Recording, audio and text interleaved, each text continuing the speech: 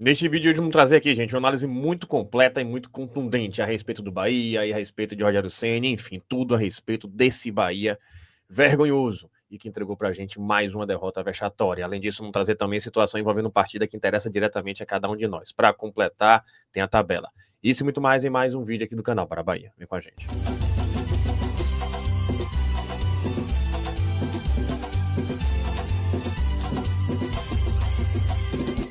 Fala, nação tricolor, bom dia para vocês que seguem a gente aqui no canal Bara Bahia e hoje mais um Plantando Bara, mas antes disso duas coisas rapidamente. A primeira delas eu continuo pedindo a cada um de vocês, já estamos perto de 68.500 inscritos no canal Bara Bahia, então obrigado a vocês que estão se inscrevendo e vamos que vamos, o Bahia não faz a parte dele, mas com certeza vocês vão continuar ajudando a gente para chegar, quem sabe, até o final do ano aos 70 mil inscritos aqui no canal Bara Bahia. Então clica aqui no botão inscrever-se e vamos que vamos aí, umas 70k. Tá contando para você a promoção, gente, a Centauro tá com Black Friday prorrogou o Black Friday na Centauro, então é simples.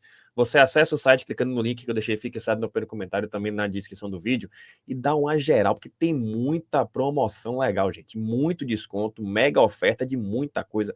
Short, tênis, camisa, muita coisa realmente legal nesse Black Friday prorrogado na Centauro. Agora, o cupom BARA10 não está funcionando nesse período porque as promoções estão com desconto acima até do que o cupom. Então aproveite aí, dá uma geral e conta aí com essas oportunidades, ofertas imperdíveis na Centauro. Mas vamos para o assunto de hoje, a gente começa trazendo a situação aqui, gente. Está aqui a situação da tabela, derrota vexatória do Bahia. Com o Bahia é o seguinte, não é só a derrota em si, mas a forma como o Bahia perde, a forma como o Bahia toma gol, a forma como o Bahia lida com as partidas, e tá aí, né? Mais uma partida desse combo de partidas vexatórias do Bahia. E com detalhe, o Cuiabá também foi uma partida feia do Bahia. O Bahia ganhou por um detalhe, por um acaso. Mas a verdade é que nesse segundo turno o Bahia é uma vergonha. Tá aqui, gente, a situação na tabela. Com o triunfo do Corinthians, o Corinthians chega a 53 pontos e tá aqui a 3 pontos do Bahia. Com detalhe, se o Corinthians perder a última partida, o Bahia venceu o Atlético Goianiense. O Bahia pode, inclusive, passar o Corinthians porque teria um triunfo a mais. Por outro lado, tá aqui, gente, Cruzeiro, 49 pontos e joga hoje contra a equipe do Palmeiras. Então, perdendo ou empatando é a mesma coisa.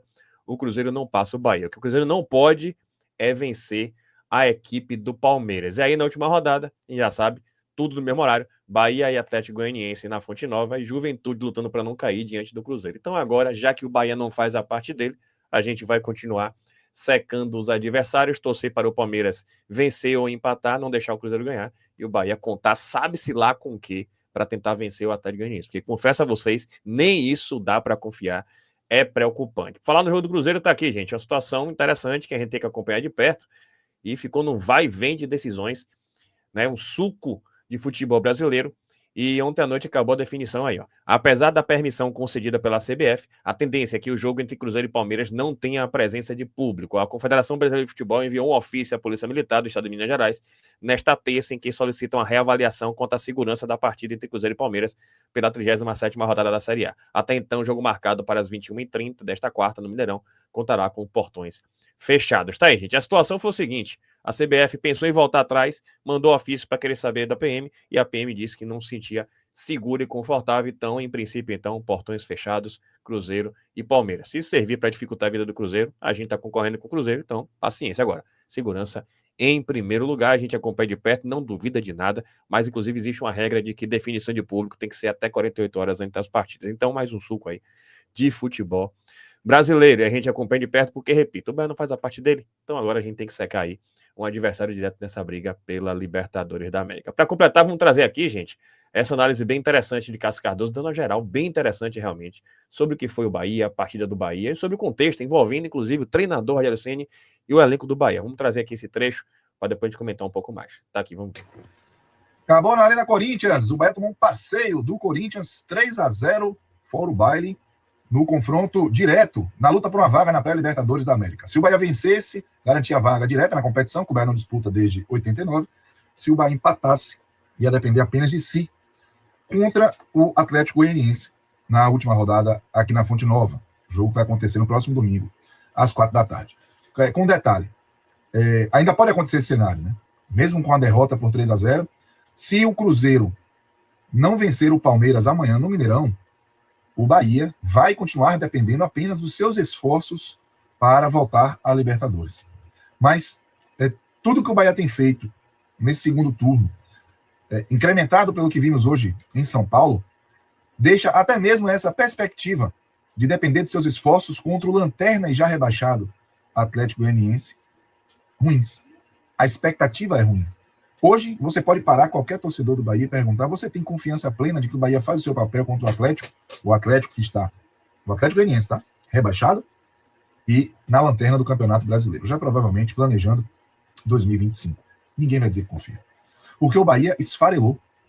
O Bahia esfarelou pelos dedos da incapacidade do seu comandante, do seu líder, Rogério Ceni, de sustentar bons desempenhos, de sustentar uma lógica de trabalho que desse aos seus comandados um horizonte de aproveitamento, de participação nas partidas, de posicionamentos mais adequados. Faltou isso ao Rogério, para mim uma grande decepção. Né? Teve todo o contexto favorável, inclusive tem até hoje do campeonato, uma benevolência do Campeonato Brasileiro. Só para ter uma ideia, o Corinthians hoje chegou a 8 vitórias seguidas. O Corinthians saiu dos últimos 8 jogos de 29 pontos para 53. Nesse período, o Bahia saiu de 45 para 50. O Bahia caminhou 5 pontos, enquanto o Corinthians caminhou 24. Ainda assim, o Bahia tem chance de chegar à Libertadores. Não vai haver na história um campeonato tão benevolente, tão aberto ao sucesso do Bahia, como esse brasileiro de 2024. Mas falta combinar com o Bahia, com os jogadores que estão desidratados, que estão desfocados, pouco engajados. Não há a menor conexão entre os atletas e o seu comandante. Infelizmente, o que aconteceu com a dinâmica de jogo na Arena Corinthians foi exatamente o que dava para se imaginar quando vimos as performances do Bahia nas últimas partidas, em especial o jogo que ganhou do Cuiabá, e as performances do Corinthians. Dava para imaginar que isso ia acontecer. Mas o Rogério fez questão de incrementar, né, esses problemas que o Bahia já tinha a enfrentar. Devolver o Tassiano para o time titular, manter o Cauli e, principalmente, tirar Ademir do time. Se tinha alguém que vinha demonstrando um querer maior, uma determinação maior, que vinha sendo válvula de escape do time, que vinha, inclusive, contribuindo para a produção ofensiva ao lado do Lúcio Rodrigues, era o Ademir. E se tinha uma coisa que ia acontecer no Bahia contra o Corinthians, na Arena Corinthians, nesse contexto em que o empate era bom para o Bahia e não era para o Corinthians, era o Bahia ser pressionado. Então, o Ademir teria espaço para jogar. O Rogério Ceni tira o Ademir, deixa o Cauli, deixa o Tassiano, o time sem velocidade, e apenas troca o Jean Lucas pelo Acevedo. Essa foi a grande mudança que ele fez, né? Que já era para ser feita também. No mais, nada de novo, nem na escalação e muito menos na performance. Um Bahia disperso, um Bahia desconectado e um Bahia com muitas falhas individuais. Tomou o primeiro gol, quando parecia que ia conseguir um equilíbrio para tentar um empate, tomou o segundo gol já com o Adriel no lugar do Marcos Felipe. O Marcos Felipe saiu lesionado e eu vou aqui trazer um teaser. O Marcos Felipe não vai poder voltar para o jogo contra o Atlético Goianiense, porque um goleiro precisa, um jogador que passa por concussão e sai do jogo por concussão, precisa de 5 dias de recuperação. Isso é protocolo de saúde do Campeonato Brasileiro. Então quem vai jogar provavelmente será o Adriel.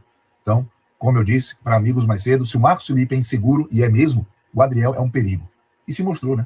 O segundo gol do Corinthians foi uma piada de mau gosto para os torcedores do Bahia, porque o posicionamento do Adriel foi inexplicável e inaceitável. Ele simplesmente deixou o gol aberto para o artilheiro do campeonato. O Yuri Alberto fez, evidentemente. Inclusive, ficou dando risada, sem entender se era aquilo mesmo, se ele estava ganhando aquele presente antecipado de Natal. No segundo tempo, as trocas de Rogério também não funcionaram. Aí ele bota o Ademir, né, no fogo, para tentar resolver um problema que o próprio Rogério e os jogadores criaram. E o Bahia pouco produz, pouco se reconecta ao jogo, e ainda, numa falta do Ademir, que já estava transparecendo, inclusive está bem emputecido, né, com o árbitro que estava apitando mal também, né, um árbitro com 2 pesos, 2 medidas, mas provavelmente com o nível de desempenho do time e com a injustiça de ter ido para o banco depois de fazer o que fez nas últimas partidas.